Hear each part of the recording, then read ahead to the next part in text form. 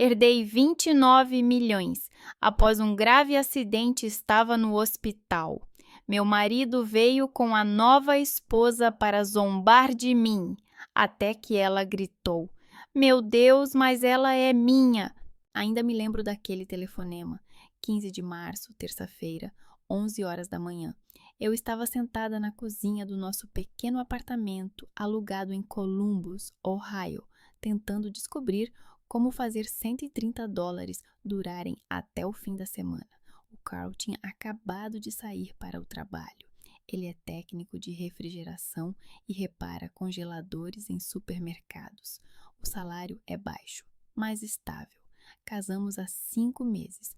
Um casamento modesto na Câmara Municipal, sem convidados, sem vestido de noiva. Éramos apenas nós dois e um funcionário público que parecia estar cansado de tudo isso há 20 anos. O telefone tocou inesperadamente. Um número desconhecido com o código do estado do Maine. Ah, Miss Delroy? Ouviu uma voz masculina contida. Aqui é Garrison Finch, advogado do seu tio Robert McGregor. Tio Robert, eu mal me lembrava dele. Eu o vi talvez 5 vezes na vida. No funeral da minha avó, uma vez no Natal, quando eu tinha 12 anos. Um homem calado com barba grisalha, que cheirava a mar e tabaco. Ele morava em algum lugar na costa do Maine e trabalhava com algo relacionado à pesca. A minha mãe dizia que ele era um excêntrico solitário, que nunca se casou e não se relacionava com ninguém.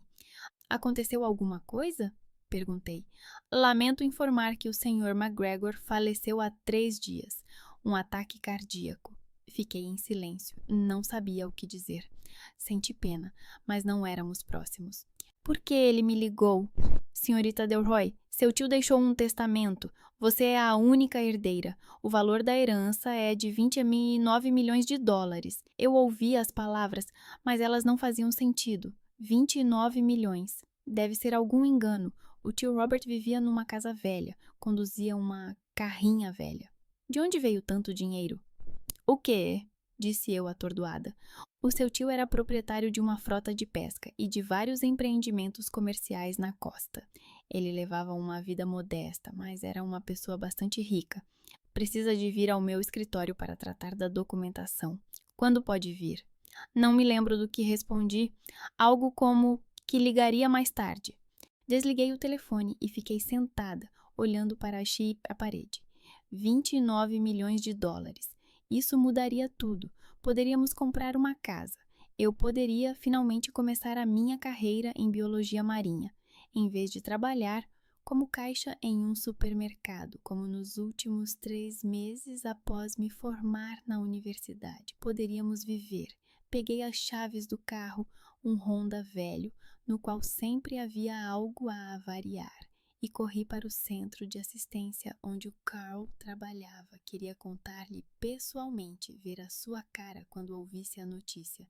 Imaginei-o a pegar-me nos braços, a girar-me e a rir. Finalmente poderíamos deixar de contar cada dólar. A viagem até Columbus, a partir da nossa zona, demorava normalmente meia hora. Eu conduzia mais depressa do que devia. Estava simplesmente feliz. No cruzamento da West Broad Street com a Hamilton Road, o semáforo ficou verde e eu arranquei. E foi nesse momento que um caminhão me embateu do lado esquerdo. Lembro-me do som, ensurdecedor, metálico e insuportável. Lembro-me de ter sido atirada para o lado, de algo ter batido na minha cabeça. E depois, escuridão. A primeira coisa que senti quando acordei foi dor. Não era aguda, mas sim surda, espalhada por todo o corpo, as pálpebras pesadas como se fossem de chumbo. Tentei abrir os olhos, primeiro só por um instante, depois por mais tempo. Teto branco, lâmpada de neon, cheiro de desinfetante, hospital. Tentei me mexer. O braço direito não obedecia, tinha algo espetado nele. Soro. A perna esquerda também não parecia minha, pesada, imóvel. Ela acordou. Ouvi uma voz feminina vinda de algum lugar ao lado. Uma enfermeira se aproximou de mim. Uma mulher gorda de 45 anos, com um rosto cansado. Chloe, você está de ouvir-me? Ela perguntou lentamente, como se estivesse a falar com uma criança. Acenei com a cabeça. Ou tentei acenar. Não tenho a certeza se consegui. Muito bem, vou chamar o médico. Não se mexa. Está bem? Ela saiu. Fiquei deitada, olhando para o teto. Há quanto tempo estou aqui? 1 dia? 2? O acidente foi de manhã. Agora deve ser noite do mesmo dia, ou da manhã seguinte. O médico chegou. Um rapaz jovem com óculos e um tablet nas mãos. Menina Delroy, sou o Dr. Patel. Como se sente? O que aconteceu? A minha voz estava rouca, estranha. Você sofreu um grave acidente de carro. Teve um traumatismo craniano grave. Esteve em coma. Quanto tempo? Ele ficou em silêncio. Olhou para a enfermeira, depois voltou a olhar para mim. 2 anos e 4 meses. Não compreendi. Ele repetiu, mas as palavras simplesmente não faziam sentido na minha cabeça. 2 anos, 4 meses. Isso é impossível. Parece que adormeci ontem. Não, sussurrei. Isso é um erro. Infelizmente não. Hoje é 17 de julho.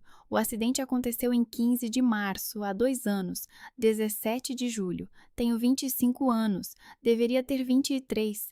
Perdi 2 anos da minha vida. Simplesmente assim, na escuridão. Onde está o meu marido? Perguntei, sentindo pânico. O médico trocou olhares com a enfermeira novamente. Entraremos em contato com os seus familiares. Agora precisa de repouso. Os dias seguintes, ou semanas, não sei ao certo, foram confusos. Eu dormia e acordava. As enfermeiras ajudavam-me a comer, lavar a cabeça e ir à casa de banho.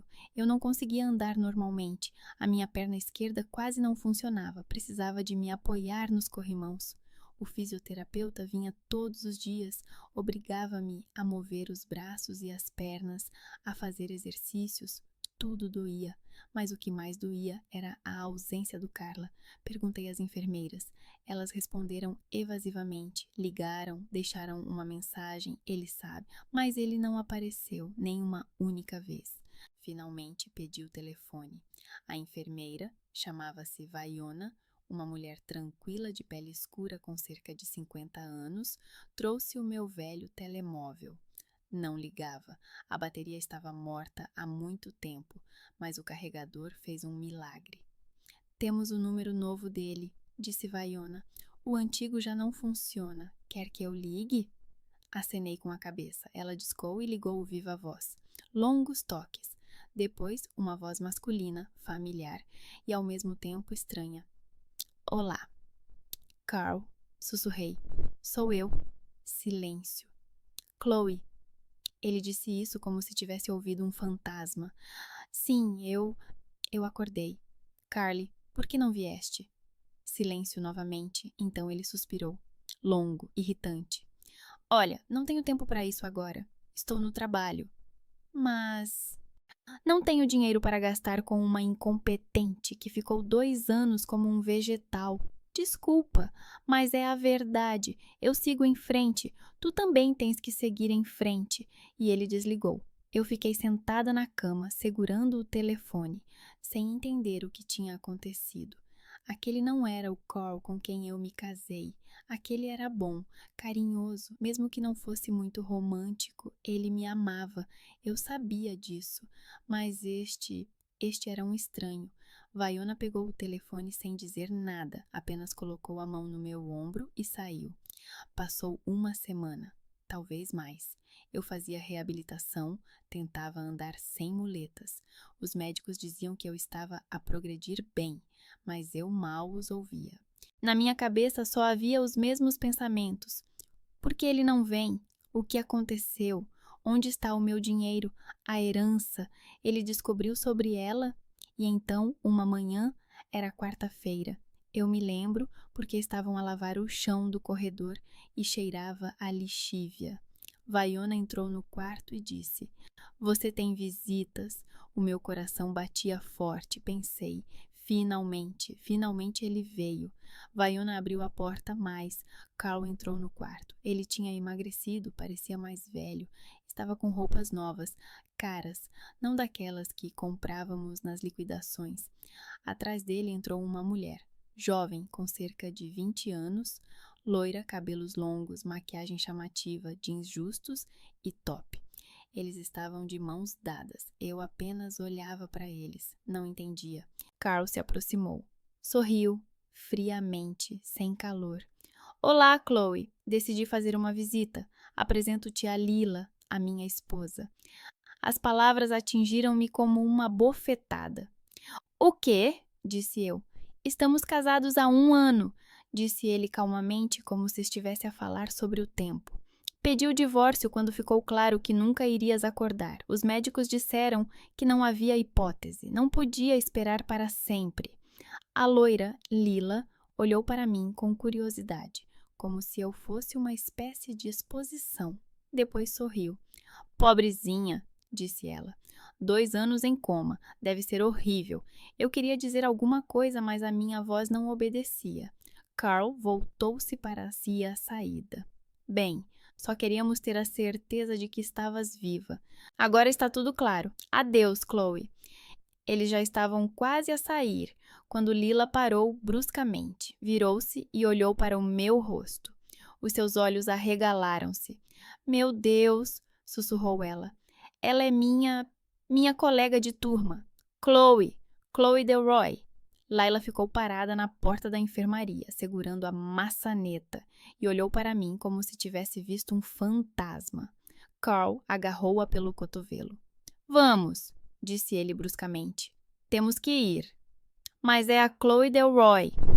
Lila não se mexia do lugar. Nós estudamos juntas na escola. Classe paralela, lembra-se de mim? Lila Thorne. Eu olhei para ela, tentando lembrar-me de Lila Thorne. Sim, havia uma rapariga assim. Não éramos amigas, apenas nos cruzávamos nos corredores. Sentávamos juntas no refeitório algumas vezes. Ela era 1 ano mais nova, se não me engano. Brilhante, barulhenta, sempre no centro das atenções. Trocávamos apenas um olá e um adeus. Lila, eu disse baixinho. Carl puxou-a com mais força. Eu disse para irmos, agora. Lila lançou-me mais um olhar, estranho, um pouco confuso, e deixou que ele a levasse para fora da sala.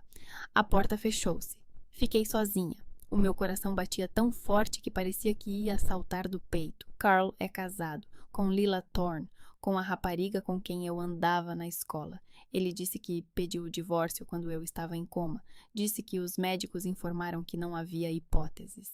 Mas eu acordei, agarrei o botão de chamada da enfermeira e apertei várias vezes seguidas. Vaiona apareceu quase imediatamente. O que aconteceu? Você está mal? Preciso de um assistente social, suspirei.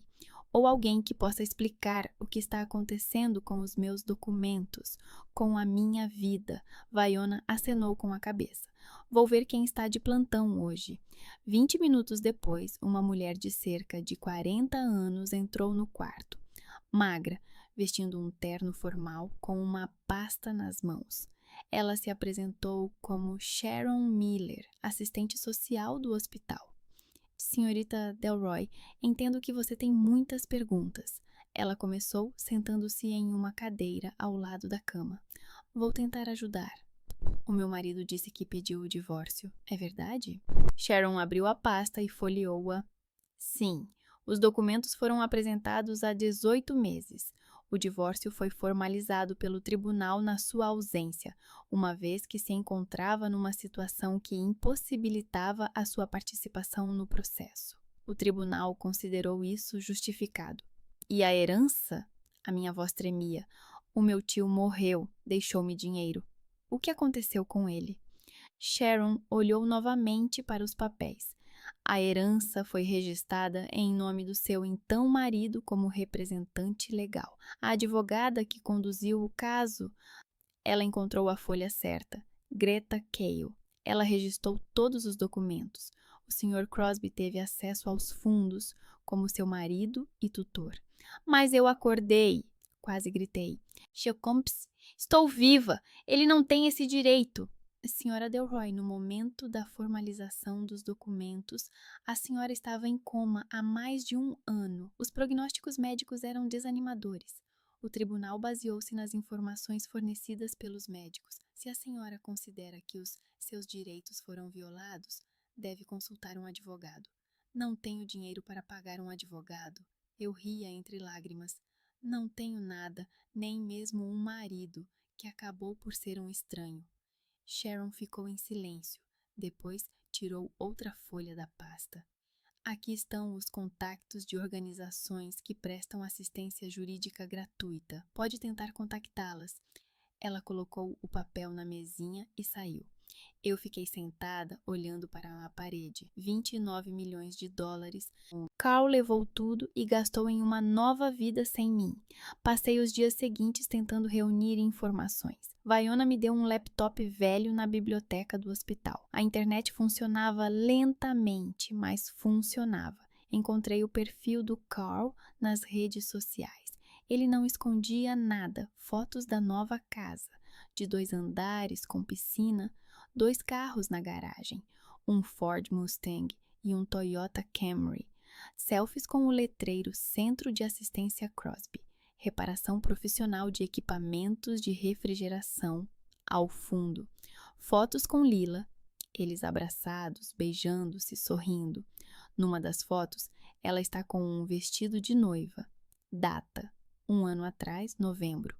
Fechei o portátil e fiquei sentada. Recebi alta 1 semana depois. Os médicos disseram que eu estava suficientemente recuperada para continuar a reabilitação em regime ambulatório. Comecei a procurar emprego, qualquer um. Caixa, empregada de mesa, empregada doméstica, mas quem contrataria uma mulher que passou 2 anos em coma e mal consegue manter-se de pé? Recusavam-me educadamente ou simplesmente não ligavam de volta. O último dinheiro que tinha na conta estava a acabar. Com os 3 dias depois de ter recebido alta, recebi uma chamada de um número desconhecido. Hesitei em atender, mas atendi. Chloe! Uma voz feminina, suave, um pouco nervosa. É a Lila Thorne.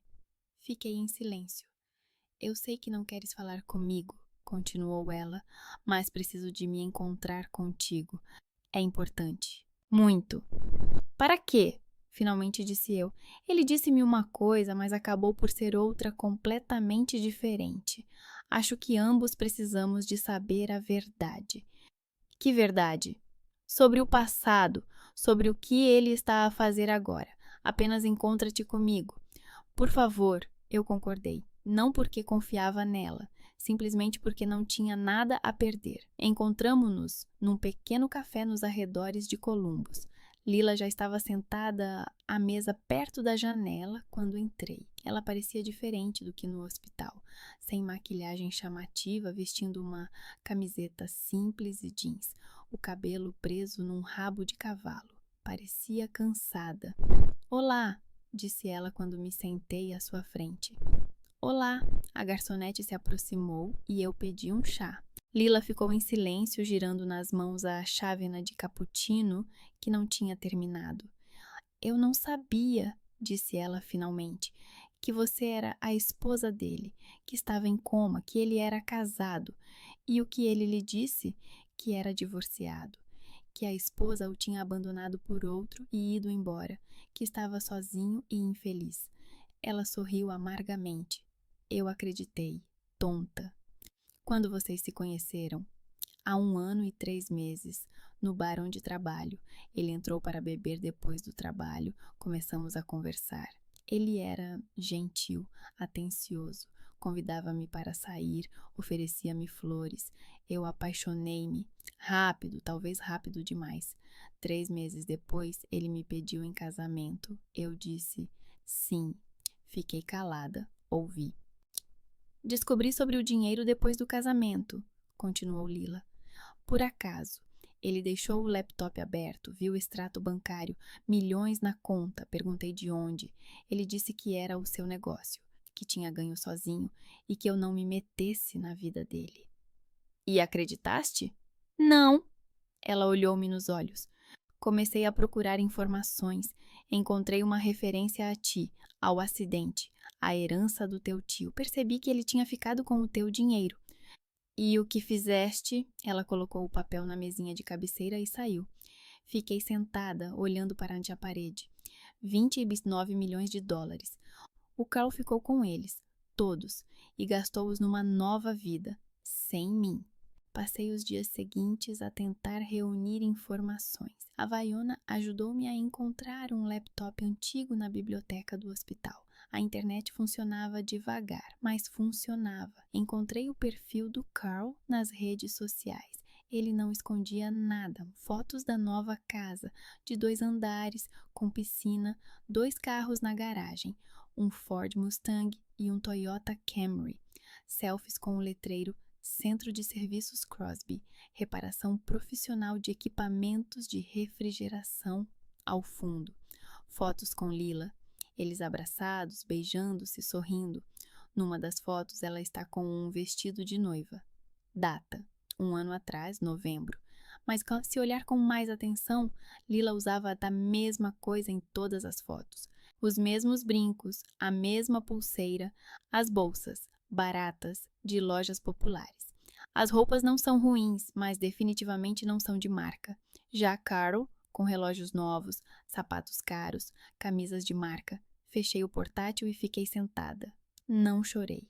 As lágrimas acabaram há 2 dias, só restou o vazio. Deram-me alta 1 semana depois. Os médicos disseram que eu estava suficientemente recuperada para continuar a reabilitação em regime ambulatório. Deram-me endereços de abrigos para mulheres em situação difícil. Escolhi o mais próximo, a 20 minutos de autocarro, um pequeno quarto para 5 mulheres, beliches, chuveiro comum. Cheirava a mofo e desesperança. Comecei a procurar emprego, qualquer um, caixa, garçonete, faxineira. Mas quem contrataria uma mulher que ficou 2 anos em coma e mal consegue se manter em pé? Recusavam-me educadamente ou simplesmente não ligavam de volta. 3 dias depois de receber alta, recebi uma chamada de um número desconhecido. Hesitei em atender, mas atendi. Chloe. Uma voz feminina, suave, um pouco nervosa. É a Lila Thorne. Fiquei em silêncio. Eu sei que não queres falar comigo, continuou ela, mas preciso de me encontrar contigo. É importante, muito importante. Para quê? Finalmente perguntei. Ele disse-me uma coisa, mas acabou por ser outra completamente diferente. Acho que ambos precisamos de saber a verdade. Que verdade? Sobre o dinheiro, sobre como ele o obteve, sobre o que ele estava lá fazer agora. Encontra-te comigo. Por 1 hora. Por favor, eu concordei. Não porque confiava nela, simplesmente porque não tinha nada a perder. Encontramo-nos num pequeno café nos arredores de Columbus, barato, com mesas de plástico e cheiro a café velho. Lila já estava sentada à mesa perto da janela quando entrei. Ela parecia diferente do que no hospital. Sem maquilhagem chamativa, vestindo uma camiseta simples e jeans. O cabelo preso num rabo de cavalo. Parecia cansada. Olá, disse ela quando me sentei à sua frente. Olá! A garçonete se aproximou e eu pedi um chá. Lila ficou em silêncio, girando a xícara de cappuccino não terminada nas mãos. Eu não sabia, ela disse finalmente, que você era a esposa dele, que você estava em coma, que ele era casado. E o que ele disse a você? Hannah, que ele era divorciado, que a esposa o abandonou por outro e foi embora, que ele estava sozinho e infeliz. Ela sorriu amargamente. Eu acreditei. Tonta. Quando vocês se conheceram? Há 1 ano e 3 meses, no bar onde trabalho. Ele entrou para beber depois do trabalho, começamos a conversar. Ele era gentil, atencioso, convidava-me para sair, oferecia-me flores. Eu apaixonei-me, rápido, talvez rápido demais. 3 meses depois, ele me pediu em casamento. Eu disse sim. Fiquei calada, ouvi. Descobri sobre o dinheiro depois do casamento, continuou Lila. Por acaso, ele deixou o laptop aberto, viu o extrato bancário, milhões na conta. Perguntei de onde. Ele disse que era do seu negócio, que ele tinha ganho sozinho e que eu não devia meter o nariz onde não era chamada. E acreditaste? Não. Ela olhou-me nos olhos. Comecei a procurar informações. Encontrei uma referência a ti, ao acidente, à herança do teu tio. Percebi que ele tinha ficado com o teu dinheiro. E o que fizeste? Nada. Ela encolheu os ombros. O que poderia ter feito? Ele é meu marido. Eu pensei que talvez ele realmente tivesse gasto parte do dinheiro no teu tratamento e simplesmente não tivesse adiantado. Talvez ele não seja tão mal assim e a vida ficou mais fácil. Ele me dava dinheiro, mas há mas, ele controla cada passo meu. Se eu compro uma bolsa, tenho que mostrar o recibo e explicar para que ela me serve. Vou ao salão de beleza. Escândalo! Por que gastar dinheiro com isso? Compro um vestido novo. Ele faz birra, dizendo que já tem o armário cheio. Ao mesmo tempo, ele compra tudo o que quer. Um relógio novo por 5.000? Sem problemas. Um terno por 2.500? Fácil. E para mim? Interrogatório por cada coisinha. A voz dela tremeu. No mês passado, comprei uma bolsa bonita de couro por $400. Não era tão cara assim. Ele viu e começou.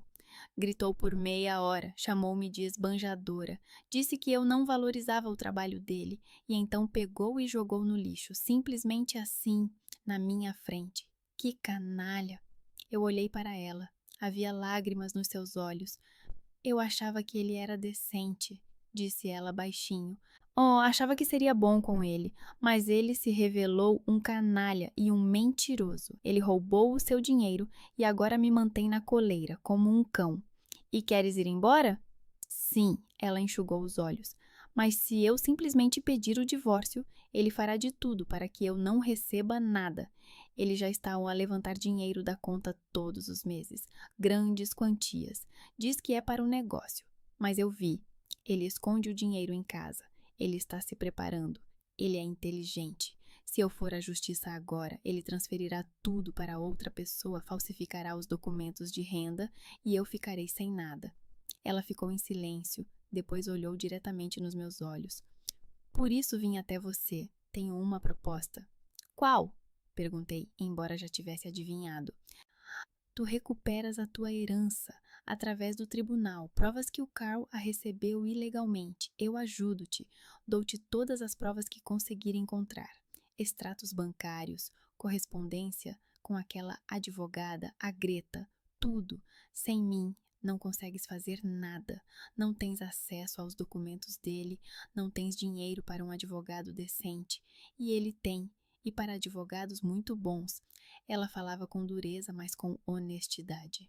E quando recuperares o dinheiro, continuou Lila, vais dar-me metade. Vamos dividir honestamente. 14,5 milhões para ti, 14,5 milhões para mim.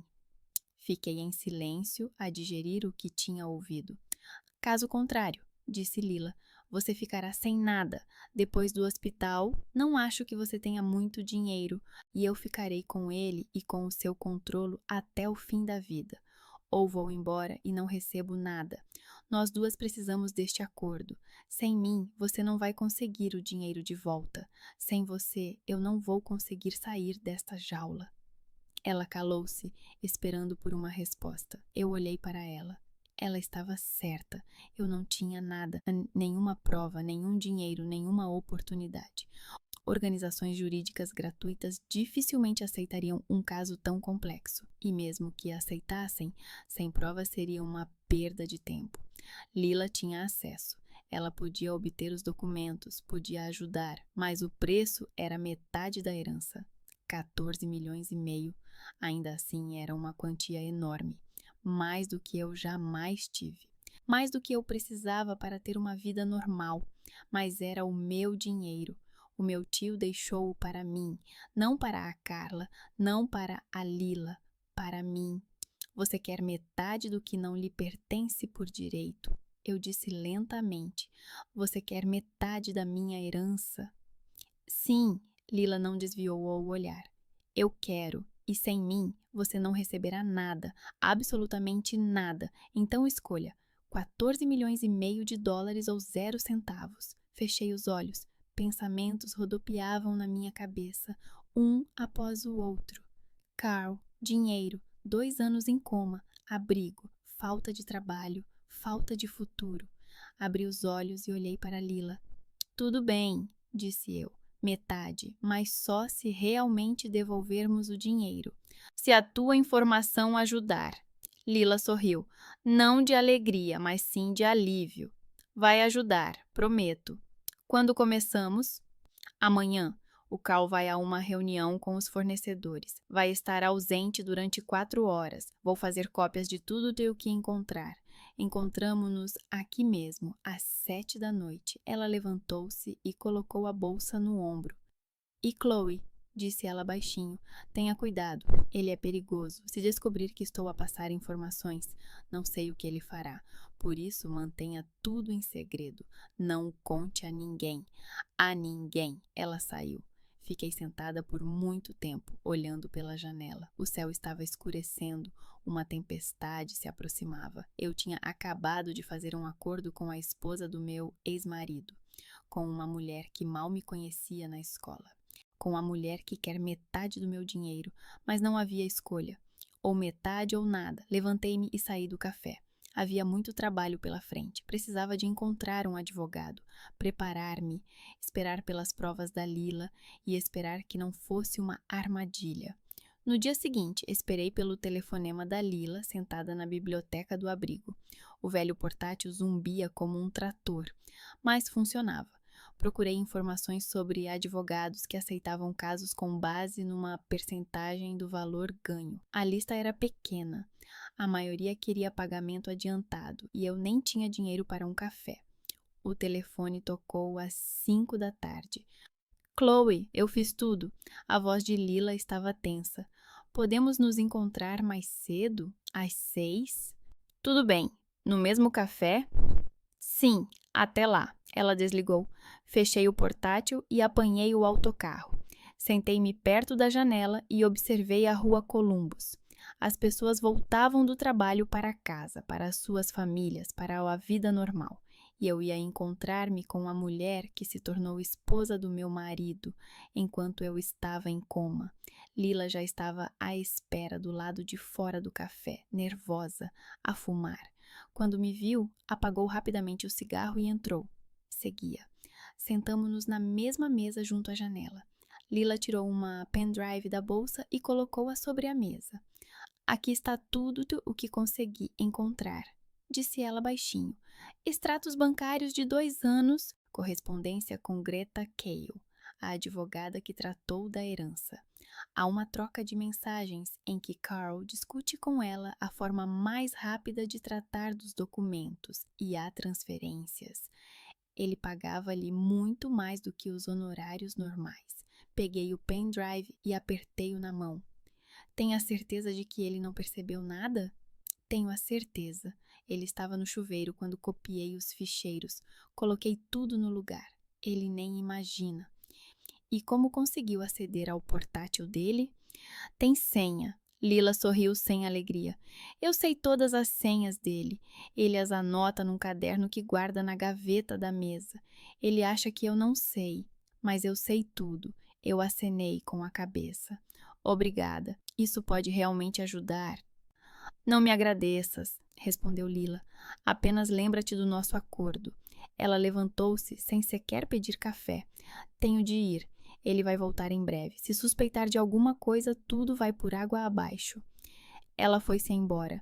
Fiquei sentada por mais alguns minutos, segurando a pendrive. Depois, voltei para o abrigo e passei a noite toda a ver os ficheiros no computador da biblioteca. Estava tudo lá. Os extratos mostravam que o Carl tinha obtido acesso à herança 6 meses após o meu acidente. A correspondência com a Greta Cale, lá ela explicava-lhe como tratar da documentação através do tribunal usando o seu estatuto de marido legal. E havia uma carta datada de agosto, 1 ano após o acidente. Carl, fiz tudo o que você pediu. Os documentos estão prontos. O tribunal reconheceu você como tutor.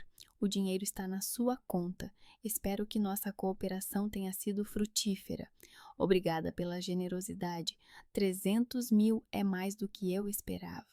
Imprimi os documentos mais importantes e, na manhã seguinte, fui procurar um advogado. Rustin Stonebridge tinha um escritório num prédio antigo no centro de Columbus. Uma pequena placa na porta, 2 andares acima. Subi, respirando com dificuldade. A perna ainda doía depois do coma. Bati a porta. Entre! Ouvi uma voz masculina. Abri a porta. Sentado à mesa estava um homem de uns 50 anos, careca, com uma camisa amarrotada e óculos no nariz. Parecia cansado, mas os olhos estavam atentos. Em que posso ajudar? Perguntou ele, apontando para a cadeira em frente. Sentei-me e contei tudo. Sobre o acidente, sobre o coma, sobre Carl, sobre a herança. Mostrei os documentos impressos. Rustin ouvia em silêncio, acenando com a cabeça de vez em quando. É um caso complicado, disse ele quando terminei, mas interessante. Você tem provas de que ele pagou subornos à advogada para acelerar o processo. Isso já é alguma coisa. O problema é que, formalmente, ele agiu dentro da lei. Como seu marido na época, ele tinha o direito de ser o tutor. Mas eu acordei, sussurrei. Estou viva. Sim, e esse é o nosso trunfo. Podemos provar que os prognósticos médicos foram prematuros, que ele não esperou até que houvesse informações reais sobre o seu estado, que ele estava com pressa para receber o dinheiro. Rustin olhou para mim por cima dos óculos. Mas você precisa entender. Ele vai contratar advogados caros. Eles vão atacá-la, vão dizer que você é mentalmente instável após o trauma, que você inventa coisas, que não se pode acreditar em você. Eu sei, respondi, mas quero tentar. Rustin acenou com a cabeça. Tudo bem, eu aceito o caso. Os meus honorários são 20% do valor que conseguirmos na ação judicial. Se perdermos, não pagas nada, tudo bem? 20% dos 14 milhões e meio que sobrarão após o acordo com Lila são quase 3 milhões, mas não havia escolha. Concordo, disse eu, assinamos o contrato. Rustin disse que prepararia a ação e a apresentaria ao tribunal dentro de uma semana. Voltei para o abrigo sentindo algo parecido com esperança. Pequena, frágil, mas esperança. 2 semanas depois, apresentamos a ação judicial. Carl recebeu a notificação. Lila contou-me que ele fez uma verdadeira explosão em casa. Atirou coisas, gritou que aquela mulher louca queria destruí-lo. Contratou a firma de advogados Caldwell and Partners, uma das mais caras do estado. Começou a guerra. Os advogados de Carl enviaram uma resposta à ação judicial. Alegaram que Chloe Delroy estava em estado de estresse pós-traumático após o coma, que as suas memórias e percepção da realidade estavam comprometidas, que ela não era capaz de avaliar adequadamente a situação, que Carl Crosby agiu exclusivamente em seu interesse, gastando uma parte significativa da herança em seus cuidados médicos e reabilitação. Rustin mostrou-me esses documentos. Eu li e não acreditei nos meus olhos. Eles estavam a mentir. Carl não gastou 1 centavo com o meu tratamento. Tudo foi pago pelo seguro, mas eles apresentaram cheques falsos, recibos, documentos sobre supostos especialistas privados que ele teria contratado para mim. Eles vão sujar, disse Rustin. Prepare-se. No mês seguinte, houve a primeira audiência preliminar. Eu fui ao tribunal com jeans velhos e uma blusa simples. Não tinha mais nada. Carl estava sentado do outro lado da sala com um fato caro, ao lado de 3 advogados. Ele nem sequer olhou para mim. O juiz ouviu ambas as partes e marcou uma avaliação médica e psicológica. Eu precisava fazer os testes para provar que era mentalmente saudável e capaz de perceber a realidade de forma adequada. Passei em todos os testes. A psicóloga, uma mulher não muito jovem com uma voz suave, fazia perguntas e anotava as respostas. 2 semanas depois, chegou à conclusão: a paciente demonstra um nível normal de funções cognitivas. Não foram detectados sinais de distúrbios mentais. É capaz de tomar decisões de forma independente. Foi a nossa primeira vitória. Mas Carl não desistiu. Os seus advogados começaram a investigar mais a fundo. Encontraram testemunhas, pessoas que alegadamente me viram a comportar-me de forma estranha no hospital. Uma enfermeira que disse que eu gritava à noite e não reconhecia as pessoas. Tudo isso era mentira ou uma distorção dos factos. Sim, eu gritei várias vezes à noite, de dor, de pesadelos, mas isso é normal para uma pessoa que ficou 2 anos em coma. Rustin lutou. Ele chamou outras enfermeiras e médicos que testemunharam a meu favor. Chamou Vaiona Dupré. Ela contou que Carl só me visitou 3 vezes no primeiro ano e depois desapareceu completamente. E então Lila me passou outro arquivo. Nós nos encontramos novamente na mesma cafeteria. Ele suspeita de mim, disse ela simplesmente. Ontem ele chegou a casa e começou a revistar as minhas coisas. Revistou o meu telemóvel. Consegui apagar todas as mensagens tuas, mas ele ainda assim sente algo. Talvez devêssemos parar? Perguntei. Se ele descobrir... Não, interrompeu ela com determinação. Não vou parar. Quero sair dessa. Quero a minha parte. Ela colocou mais um pendrive sobre a mesa. Aqui estão as correspondências com o contabilista dele. Ele está a preparar-se para transferir parte dos ativos para empresas de fachada. Está a preparar-se para a possibilidade de perder o julgamento. Quer esconder o dinheiro para que não possam confiscar. Peguei o pendrive. Como conseguiu isso? Ele deixou o portátil aberto quando foi para a cozinha. Tive 1 minuto, copiei a pasta e tudo. Mas Chloe... Ela olhou nos meus olhos. Ele está a enlouquecer. Ontem à noite chegou bêbado. Começou a gritar que alguém estava a divulgar informações, que alguém estava a ajudá-lo, que quando ele descobrisse quem era, eles iriam arrepender-se de ter nascido. A voz dela estava calma, mas os seus olhos brilhavam de raiva. E sabe o que eu fiz? O quê? Eu apoiei-o.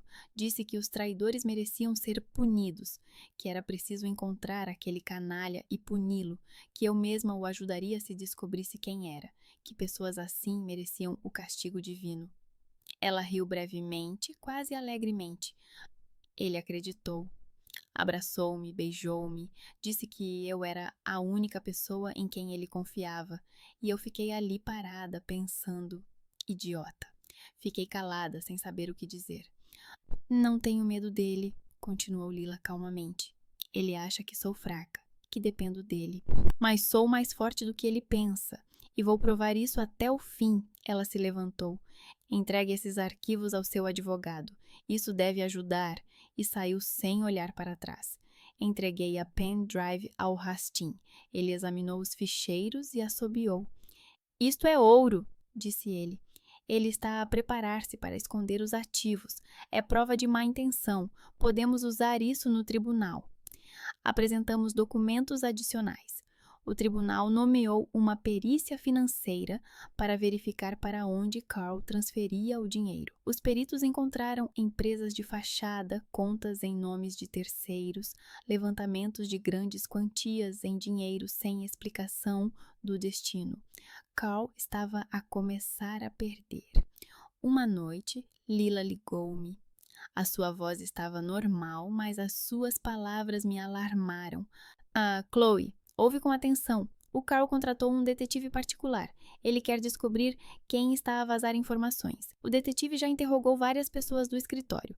Por enquanto, o Carl suspeita de um dos funcionários, mas mais cedo ou mais tarde, ele vai chegar até mim. Temos de agir rapidamente. O que queres dizer? Temos de encerrar o processo. A próxima sessão deve ser a última. O teu advogado deve jogar todas as cartas de uma vez, todas as provas, todos os testemunhos, tudo. Porque se o Carl descobrir sobre mim antes, ele destruirá tudo o que eu reuni. Falsificará as datas, apagará os ficheiros, dirá que são falsificações e perderemos. O Rustin diz que o caso pode durar mais meses. Diga-lhe que não temos meses, interrompeu Lila. Temos semanas, talvez até dias. O Carl é inteligente, ele vai perceber. E então será tarde demais. Ela desligou o telefone. Fui imediatamente ter com o Rustin. Contei-lhe sobre o detetive que a Lila estava em perigo, que era preciso apressar-se. O Rustin coçou a nuca. Posso tentar acelerar o processo. Pedir ao juiz uma audiência de emergência. Vou dizer que há provas de ocultação de bens e que isso requer uma análise urgente, mas é um risco. Temos de estar 100% preparados. Se algo correr mal, não haverá uma segunda oportunidade. Quanto tempo precisamos? 2 semanas para nos prepararmos. Depois, a audiência. Afinal. Ou ganhamos ou perdemos, acenei com a cabeça. Faça isso. As 2 semanas seguintes foram as mais difíceis. Rustin preparou os documentos, chamou testemunhas, reuniu cada detalhe. Eu quase não dormi, verificava constantemente o telefone, à espera de uma mensagem da Lila. Ela escrevia raramente, resumidamente. Está tudo bem, estou aguentando. O detetive ainda não chegou até mim. Carl está nervoso, mas ainda não suspeita de nada. E então, 3 dias antes da audiência final, chegou uma mensagem que fez meu coração parar. O detetive veio à nossa casa. Conversou com Carl no escritório. Eu ouvi. Ele disse que alguém de dentro está a vazar informações. Alguém que tem acesso a arquivos pessoais. O Carl está a fazer uma lista de suspeitos. Ainda não estou na lista, mas é uma questão de tempo. Precisamos acabar com isso imediatamente. Enviei a mensagem para o Rustin. Ele respondeu. A audiência é daqui a 3 dias. Esteja pronta. É a nossa única chance. Sentei-me no quarto do abrigo, olhando pela janela para o céu escuro. 3 dias. Em 3 dias, ou eu recuperaria a minha herança, ou perderia tudo. E a Lila também perderia. E o Carl ganharia. Cerrei os punhos. 3 dias. Temos de aguentar mais 3 dias. Na manhã da audiência, acordei às 5. Não dormi quase nada a noite toda. Revirava-me na cama estreita do abrigo, ouvia a minha vizinha de quarto a ressonar, olhava para o teto. A minha cabeça doía, o meu coração batia como se eu tivesse corrido uma maratona. Levantei-me, lavei o rosto com água fria na casa de banho comum, vesti a única roupa mais ou menos decente que tinha. Calças escuras e uma blusa clara, que comprei numa loja de segunda mão por $5. Olhei-me no espelho, rosto pálido, olheiras, cabelo preso num rabo de cavalo.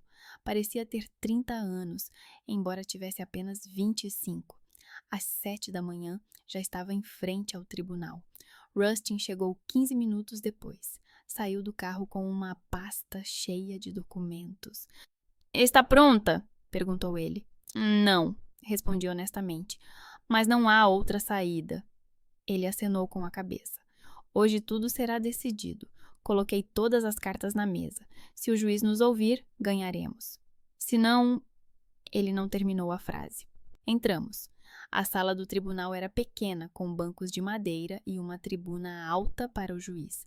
Carl já estava sentado no seu lugar, com um fato azul escuro caro, com 3 advogados ao seu lado. Ele olhou para mim e viu um ódio frio nos seus olhos. Sentei-me ao lado de Rustin. As minhas mãos tremiam e eu as apertei para que não se notasse. Às 9 horas, o juiz entrou, um homem de 60 anos, grisalho, com um rosto severo. A audiência do caso Delroy contra Crosby está aberta, anunciou ele. As partes estão prontas? Os 2 advogados confirmaram. Rustin levantou-se. Meritíssimo, temos provas de que o réu, o Sr. Carl Crosby, se apropriou de forma deliberada e fraudulenta da herança da minha cliente, enquanto ela estava em coma após um acidente de carro. Vamos provar que ele sabia da herança antes de se casar com ela, que se apressou a tratar da documentação sem esperar pelos prognósticos médicos reais e que pagou subornos à advogada para acelerar o processo. Rustin começou metodicamente. Mostrou extratos bancários que provavam que Carl recebeu o dinheiro 6 meses após o meu acidente. Mostrou a correspondência com Greta Cale, onde se discutia a aceleração do processo. Mostrou as transferências, $300 mil de bônus após a conclusão do caso. Hollis contestou. É uma prática padrão. Os advogados recebem bônus pela conclusão bem-sucedida de casos complexos. Mas Rustin não desistiu. Chamou um especialista em finanças, que confirmou que 300 mil era uma quantia demasiado elevada para um caso como este, que isso se assemelhava a um suborno. Em seguida, Rustin chamou a enfermeira Vaiona Dupré. Menina Dupré, começou Rustin, a senhora cuidou de Chloe Delroy durante o seu estado de coma, certo? Sim, respondeu ela, durante todo o tempo, 2 anos e 4 meses. Com que frequência o marido dela, Carl Crosby, vinha visitá-la? Vaiona olhou para Carl, depois para mim. No primeiro ano, ele veio 3 vezes. Uma vez logo após o acidente, depois mais 2 vezes nos meses seguintes. Depois disso, ele não apareceu mais. Houve um murmúrio na sala. O juiz bateu com um martelo. Silêncio. Rustin continuou. Alguma vez ouviu-o dizer algo estranho? Vaiona ficou em silêncio, depois acenou com a cabeça. Sim. Uma vez, cerca de 8 meses após o acidente, ele estava em frente ao quarto da Chloe a falar ao telefone. Eu estava a passar pelo corredor e ouvi-o dizer: se ela morrer, tudo será muito mais fácil. Talvez não devêssemos nos esforçar tanto com o tratamento. Na altura pensei que ele estava apenas cansado, que era por desespero. Mas agora, quando soube do caso... Carl levantou-se bruscamente. Isso é mentira. Eu nunca disse isso. O juiz bateu com o martelo. Ah, Sr. Crosby, sente-se. Terá a oportunidade de testemunhar mais tarde. Carl sentou-se, mas o seu rosto ficou vermelho de raiva. Hollis começou o contra-interrogatório. Menina Dupré, tem a certeza de que ouviu bem? Talvez tenha se enganado? Tenho certeza, respondeu Vaiona calmamente. Lembro-me bem daquele dia. Rustin chamou a próxima testemunha. E então Lila entrou na sala. Ela estava com um vestido simples e escuro, sem maquilhagem, com o cabelo preso num coque. Parecia mais jovem do que o normal e muito séria. Carl a viu e congelou. Seu rosto mudou. Primeiro surpresa, depois raiva, depois algo parecido com pânico. O que ela está fazendo aqui? Ele sussurrou para seu advogado. Hollis sussurrou algo em resposta, mas Carl ignorou. Lila sentou-se no banco das testemunhas e prestou juramento. Rustin começou. Senhora Thorne, a senhora é casada com o Sr. Crosby? Sim, ela respondeu. Quando vocês se conheceram? Há 1 ano e 3 meses. No bar onde trabalho. Ele disse que era divorciado, que a sua esposa o tinha deixado por outro. Eu acreditei. E quando a senhora descobriu a verdade? Depois do casamento.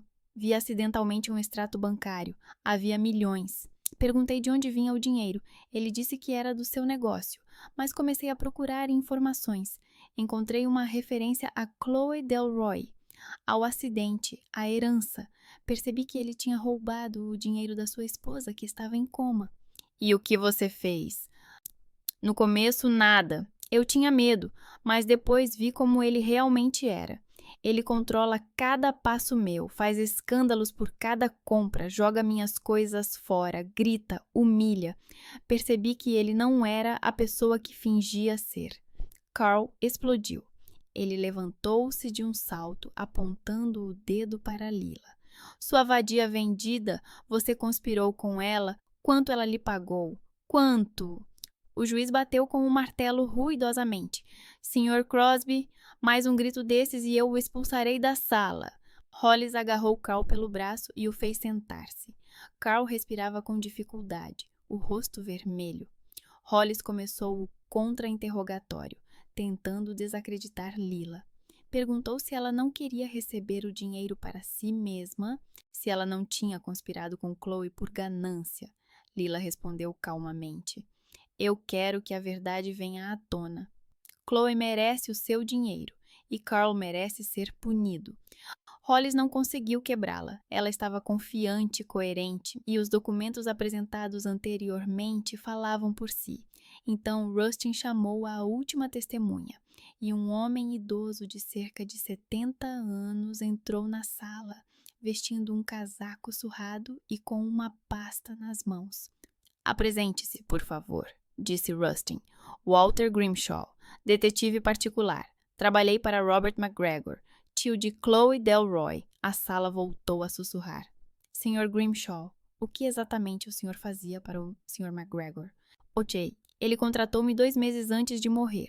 Pediu-me para encontrar informações sobre a sua sobrinha Chloe. Ele queria deixar-lhe uma herança, por isso queria ter a certeza de que ela estava bem, que estava tudo bem com ela. Comecei a investigação." "E o que descobriu?" Walter abriu a pasta. "Descobri que Chloe se casara recentemente com Carl Crosby. Comecei a procurar informações sobre ele. E descobri uma coisa interessante. 6 meses antes do casamento, Carl se encontrou com um conhecido que trabalhava no escritório de advocacia de Harrison Finch, o advogado de Robert McGregor. Esse conhecido, Tim Weldon, contou a Carl que Robert McGregor planeava deixar uma grande herança para sua sobrinha." Senti a respiração parar. Carl sabia. Ele sabia antes do casamento. "Tenho o depoimento de Tim Weldon", continuou Walter. "Ele confirmou que contou a Carl sobre a herança." Carl então perguntou o nome da sobrinha e onde ela morava. 1 mês depois, ele já estava a namorar Chloe. Rustin pegou a pasta e a entregou ao juiz. "Meritíssimo, aqui estão os depoimentos escritos do Sr. Weldon, autenticados por um notário." O juiz pegou a pasta e começou a ler. Carl ficou imóvel. Seu rosto ficou cinza. Walter continuou. "Também descobri outra coisa. No dia do acidente de Chloe, entrevistei as testemunhas que estavam no local. 2 delas viram Carl Crosby parado perto do local do acidente antes mesmo da ambulância chegar. Ele estava do outro lado da rua, a falar ao telefone. Quando lhe perguntaram se precisava de ajuda, ele disse que a ambulância já estava a caminho, mas, na verdade, ele só ligou para a ambulância 23 minutos após o acidente. Tenho as gravações das chamadas." A sala ficou em silêncio total. Senti lágrimas a rolarem pelas minhas bochechas. Ele esperou. Carl ficou parado, esperando que eu morresse. Hollis tentou negar, disse que eram suposições, que não havia provas. Mas Rustin apresentou as gravações das chamadas, os depoimentos das testemunhas, tudo documentado. O juiz Skinner ficou sentado em silêncio, olhando para os papéis. Depois olhou para Carl. "Sr. Crosby, deseja dizer alguma coisa?" Carl levantou-se. As suas mãos tremiam. "Ah, isso tudo é mentira. Eles conspiraram contra mim. Essa mulher", ele apontou para mim, "ela quer me destruir. E Lila..." Ele virou-se para ela. "Você traiu-me. Vendeu-se por dinheiro." Lila olhou para ele calmamente. "Eu não me vendi. Simplesmente deixei de acreditar nas suas mentiras." O juiz bateu com o martelo. "Chega." Ouvi ambas as partes. "Tenho informações suficientes para tomar uma decisão." Ele fez uma pausa e olhou para todos os presentes. "O caso do Sr. Crosby me causa sérias preocupações. Em primeiro lugar, ficou provado que ele sabia da herança antes de se casar com a Sra. Delroy. Isso indica um motivo egoísta. Em segundo lugar, ele apressou-se em tratar da documentação, enquanto a Sra. Delroy estava em coma, sem esperar pelos prognósticos médicos reais sobre o seu estado. Em terceiro lugar, ele pagou à advogada muito mais do que os honorários padrão, o que indica um possível suborno. Em quarto lugar, a Sra. Delroy não deu consentimento para o divórcio, pois estava inconsciente. E, finalmente, o Sr. Crosby não gastou 1 centavo com o tratamento dela, embora afirmasse o contrário. O juiz olhou diretamente para Carl. "Tendo em conta todos estes factos, proferimos a seguinte decisão. O casamento entre Chloe Delroy e Carl Crosby é considerado nulo por fraude A herança no valor de 29 milhões de dólares deve ser devolvida à Sra. Delroy na íntegra. Todos os bens adquiridos pelo Sr. Crosby com esses fundos estão sujeitos à confiscação e venda para devolução do dinheiro. Carl empalideceu. Além disso, continuou o juiz, o casamento entre o Sr. Crosby e Lila Thorne também é considerado nulo, uma vez que, no momento da celebração deste casamento, o primeiro casamento não tinha sido oficialmente dissolvido. Lila permaneceu imóvel, sem emoção. E, finalmente, o juiz olhou friamente para Carl. Estou a encaminhar os materiais deste caso ao Ministério Público para instaurar um processo criminal contra o Sr. Crosby por fraude, falsificação de documentos, apropriação indevida de bens alheios e suspeita de não prestar assistência à vítima. O Ministério Público também deve prestar atenção à advogada Greta Cale, que participou neste esquema. Ele bateu com o martelo. A sessão está encerrada. Carl ficou parado, tremendo. Os seus advogados diziam-lhe algo rapidamente, mas ele não ouvia. Ele olhou para mim e havia algo parecido com horror nos seus olhos. Levantei-me, as minhas pernas tremiam, mas eu permaneci de pé. Rustin colocou a mão no meu ombro. Você venceu, disse ele baixinho. Eu acenei com a cabeça, sem forças para falar. Lila aproximou-se de mim. Estávamos lado a lado, duas mulheres enganadas pelo mesmo homem. Metade, sussurrou ela. Lembra-se? Lembro-me, respondi. Ela acenou com a cabeça e foi-se embora. Carl gritou algo para ela, mas ela não se virou. Saí do tribunal para a rua. O sol brilhava forte, estava quente. Fiquei na escadaria, respirando o ar e sem acreditar que tudo tinha acabado. Um mês depois, Carl foi preso. Ele foi acusado de vários crimes. O julgamento não demorou muito. As provas eram irrefutáveis. Ele recebeu 10 anos de prisão. Greta Cale também foi presa.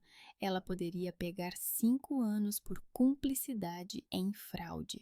Eu estava no tribunal e vi quando o levaram algemado. Ele se virou e olhou para mim pela última vez. E vi nos seus olhos não raiva, mas medo. Ele estava com medo. Finalmente, saí do tribunal. Lila estava à espera na entrada, a fumar, a olhar para essa estrada. Então, disse ela quando me aproximei, agora é hora de pagar a conta. Eu acenei com a cabeça. Metade. Como combinado. Ela deu uma tragada e apagou o cigarro. Sabe, eu pensei que você tentaria me enganar, dizer que os advogados encontrariam uma maneira de não pagar, ou alguma outra merda do tipo. Eu não sou como o Carl, respondi. Lila sorriu. Talvez não, ou apenas mais inteligente. Ela foi para o seu carro velho, virou-se por um momento. Até logo, e foi embora. Eu fiquei sozinha na rua vazia. Ganhei o julgamento, recuperei o dinheiro. Mas por alguma razão não senti triunfo, apenas cansaço. E a pergunta, e agora? O que fazer com tudo isso? A devolução do dinheiro acabou por ser um processo mais demorado do que eu pensava. O Carl conseguiu gastar cerca de 5 milhões. Parte na casa, parte nos carros, parte no negócio. O resto teve de ser recuperado através da venda dos seus bens. A casa foi leiloada, os carros também, o negócio foi encerrado e o equipamento vendido. Tudo isso levou quase 4 meses.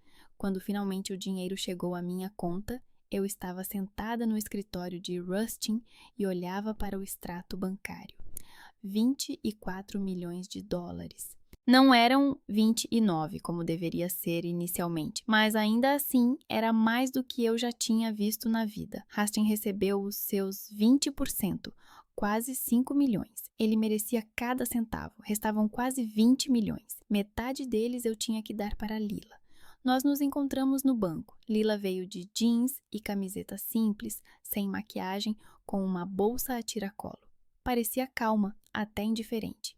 Sentamo-nos na sala privada do gerente. Assinei os documentos para transferir 9 milhões e meio para a conta dela. O gerente digitou algo no computador e disse: Pronto, o dinheiro estará na sua conta dentro de 1 hora. Lila acenou com a cabeça. Obrigada. Ela levantou-se, colocou a bolsa no ombro, olhou para mim. Agora estamos quites, disse ela simplesmente. Eu ajudei-te, tu pagaste-me, tudo honesto. Sim, concordei.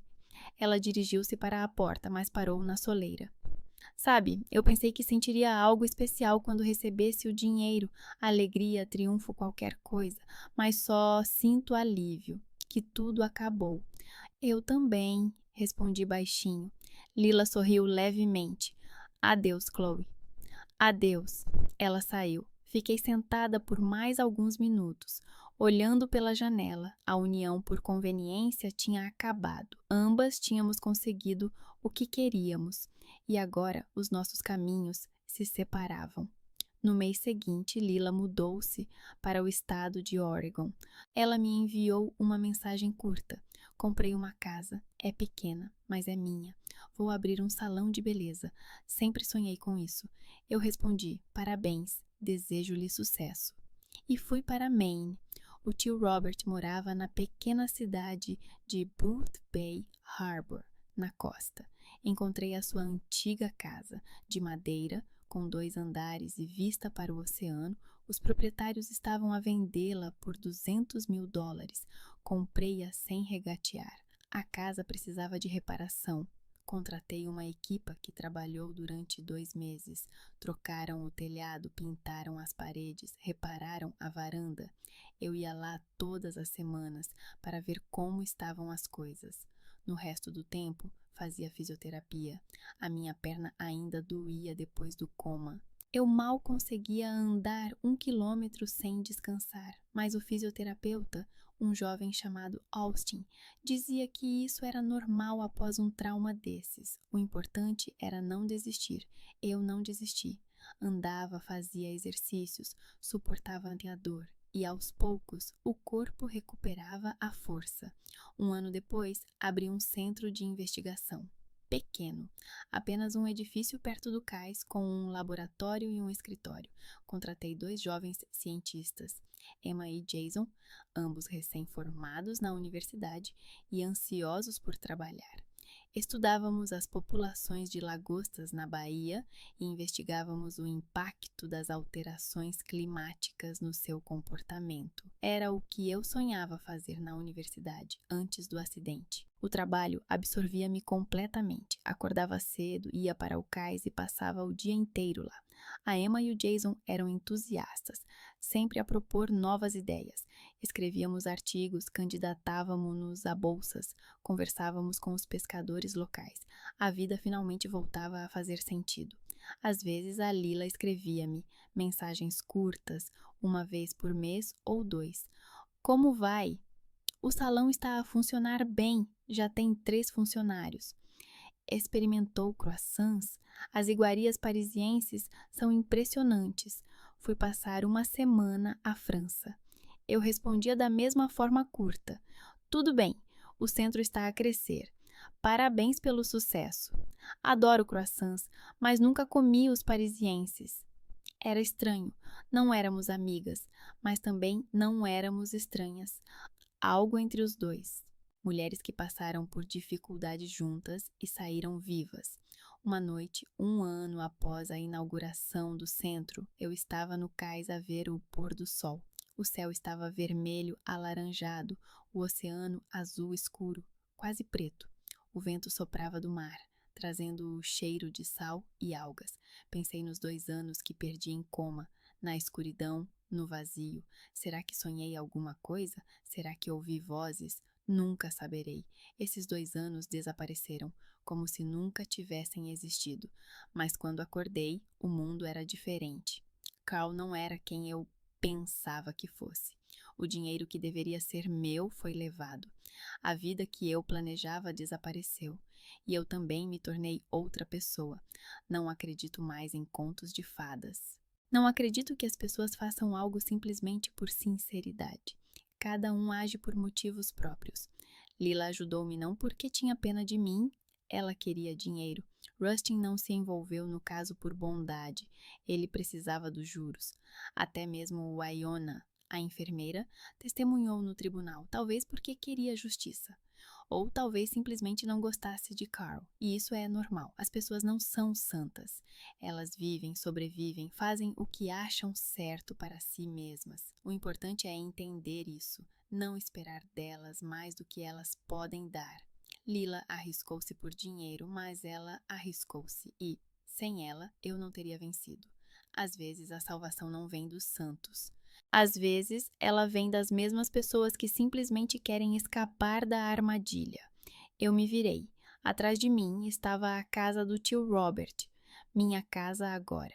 As luzes estavam acesas nas janelas, na varanda, balançava a cadeira de balanço que eu comprei na semana passada. Era a minha casa, o meu lugar, a minha vida. Entrei na casa, subi na varanda e sentei-me na cadeira. Peguei o telemóvel. Lila tinha enviado uma nova mensagem. Olá, estava a pensar em ti. Como estão os teus lagostins? Sorri e respondi. Os lagostins estão ótimos. Como está o teu salão? A resposta chegou quase imediatamente. Estamos a expandir. Estou a pensar em abrir outro. Talvez um dia venhas visitar-me? Faço-te o cabelo de graça. Pensei por um momento. Por que não? Coloquei o telemóvel no colo e olhei para o oceano. As ondas quebravam na praia, uma após a outra, sem fim. Algures ali, além do horizonte, havia um mundo grande e imprevisível. Mas aqui, neste cais, nesta casa, eu estava segura. Perdi 2 anos da minha vida. Perdi um marido que nunca conheci de verdade. Perdi as ilusões sobre o bem e a justiça. Mas encontrei outra coisa: compreensão, força e dinheiro que me deu a liberdade de fazer o que eu amo. Não é um conto de fadas com final feliz. É apenas a vida, a minha vida, e ela finalmente me pertence novamente. Levantei-me da cadeira e entrei na casa. Amanhã haverá novamente trabalho, pesquisas, reuniões, mas hoje apenas silêncio, oceano e tranquilidade. Fechei a porta, apaguei a luz. Lá fora estava escuro e pela primeira vez em muito tempo não sentia medo. Apenas uma confiança tranquila. Aconteça o que acontecer, eu vou conseguir.